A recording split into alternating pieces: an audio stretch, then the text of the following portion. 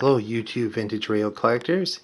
Here's a 1947 Philco Hippo, halfway through restoration. It's a Model 75. It's a Canadian built Philco. Closest thing is a US 46420.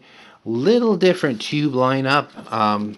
This one actually uses, what is it, 14AF7, 27B7s, 7C8, a 50L6, and a 35Z5. 6-tube radio with a converter in the first stage, RF converter, but it's a very similar layout. It's all original parts, this one. You can have the original Philco 6040 filter capacitor coated in wax, and I'm about halfway through taking out the wax caps. It actually worked. Didn't sound that great. There was a AC ripple coming through because the filters were shot.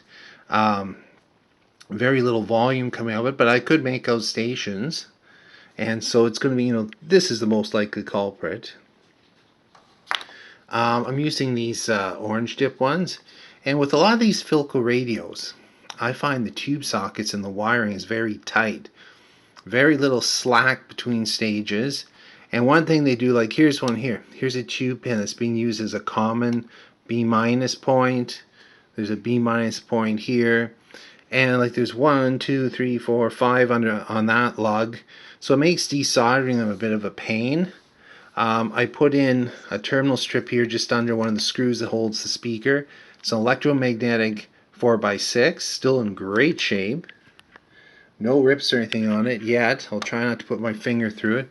I don't know if that's ever happened to you. You're wrestling some parts off a chassis, or you have in an awkward place, and let me just grab it here. Rip! Finger goes right through the paper. But so far we're good. What's kind of interesting about this one, I'll just drop it down so you can see it. Nice shiny chassis. It was a little bit dirty.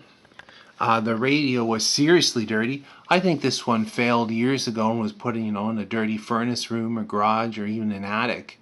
And these, of course, I don't think I'm going to paint this one. Just give it a good cleaning. It's a bakelite cabinet, so it's brown bakelite, but it's been painted white, kind of an off-white. I'm going to try cleaning it up with a little lighter fluid than some car wax. It's nice to have it original, then I get to keep the Philco script. And it has, I don't know if you can see this, the floating dial pointer, which is pulled by this cord here. And it's actually a 120 volt nightlight type bulb, which is dead, but that's easy enough to replace. So I'm going to move ahead on this one and hopefully get all the caps done today and give it a test. We'll do another video. Thanks for watching and listening.